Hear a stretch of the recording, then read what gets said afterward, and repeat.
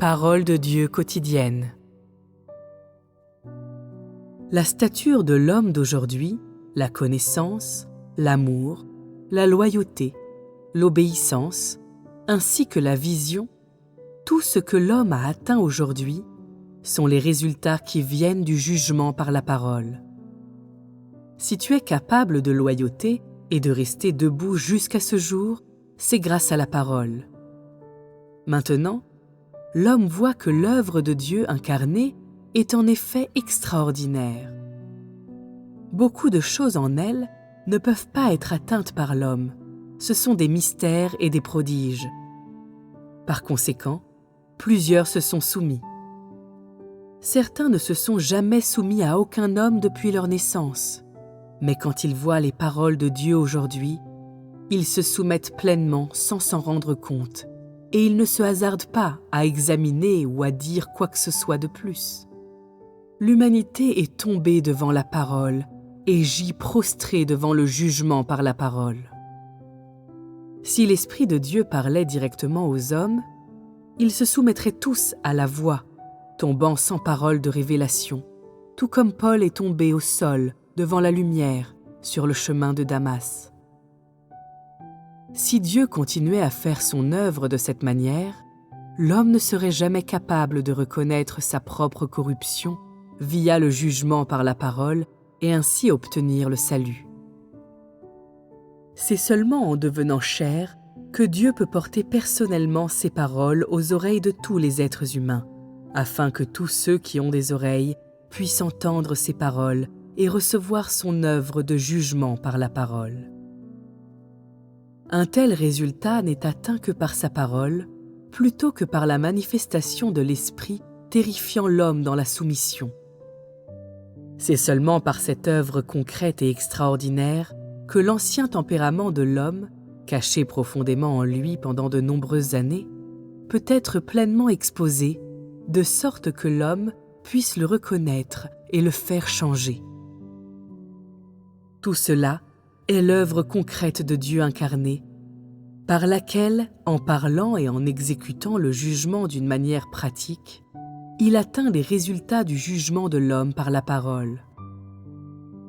Telle est l'autorité de Dieu incarné et la signification de l'incarnation de Dieu. C'est fait dans le but de faire connaître l'autorité de Dieu incarné, de faire connaître les résultats obtenus par l'œuvre de la parole, et pour faire connaître que l'Esprit est venu dans la chair et démontre son autorité en jugeant l'homme par la parole.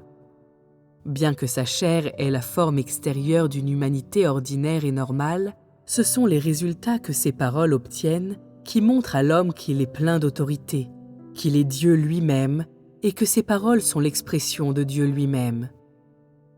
Cela montre à tous les hommes qu'il est Dieu lui-même, qu'il est Dieu lui-même fait chair, qu'il ne souffre aucune offense de la part de personne et que personne ne peut surpasser son jugement par la parole et aucune force de ténèbres ne peut l'emporter sur son autorité. L'homme se soumet à lui entièrement parce qu'il est la parole devenue chair, en raison de son autorité et en raison de son jugement par la parole. L'œuvre accomplie par sa chair incarnée est l'autorité qu'il possède. Il devient chair parce que la chair peut également posséder l'autorité, et il est capable de réaliser l'œuvre parmi les hommes d'une manière pratique, de sorte qu'elle est visible et tangible pour l'homme. Cette œuvre est beaucoup plus réaliste que l'œuvre directement effectuée par l'Esprit de Dieu qui possède toute autorité, et ses résultats sont également visibles. La raison en est que la chair incarnée de Dieu peut parler et œuvrer de façon pratique. La forme extérieure de sa chair n'a pas d'autorité et l'homme peut s'en approcher, alors que son essence a vraiment de l'autorité, mais personne ne voit son autorité. Quand il parle et quand il œuvre, l'homme est incapable de détecter l'existence de son autorité. Cela l'aide à faire une œuvre de nature pratique. Et toute cette œuvre pratique peut produire des résultats. Même si personne ne se rend compte qu'il détient l'autorité, ou ne voit pas qu'il ne peut pas être offensé, ou ne voit pas sa colère, il obtient de ses paroles les résultats qu'il escomptait par son autorité voilée, sa colère camouflée et par les paroles qu'il prononce ouvertement. En d'autres termes, l'homme est tout à fait convaincu par son ton de voix, la sévérité de son discours et toute la sagesse de ses paroles. De cette façon, l'homme se soumet à la parole de Dieu incarné qui apparemment n'a pas d'autorité, et ainsi le but de Dieu de sauver l'homme est atteint.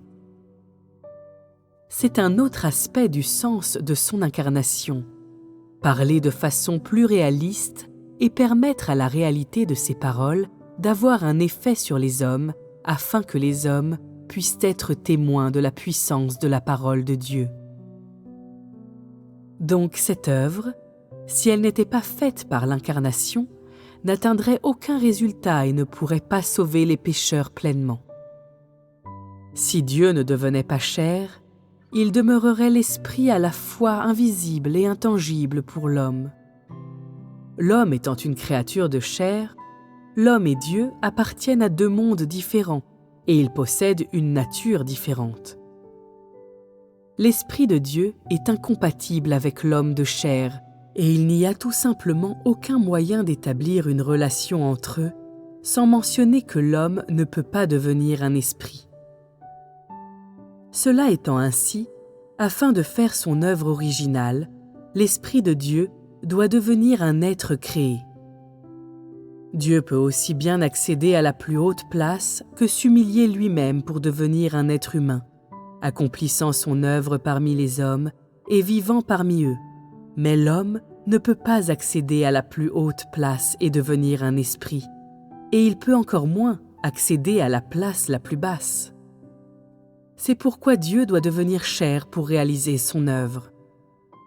De la même manière, durant la première incarnation, seule la chair de Dieu incarné pouvait racheter l'homme par sa crucifixion, alors qu'il n'était pas possible que l'Esprit de Dieu soit crucifié comme un sacrifice d'expiation pour l'homme.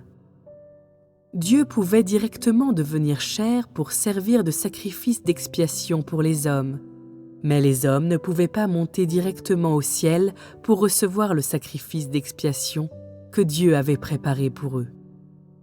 Ainsi, tout ce qui était possible, c'était de demander à Dieu de faire quelques allers-retours entre le ciel et la terre, et non de laisser l'homme monter au ciel pour recevoir ce salut, car l'homme était tombé, et de plus, l'homme ne pouvait simplement pas monter au ciel, encore moins obtenir le sacrifice d'expiation.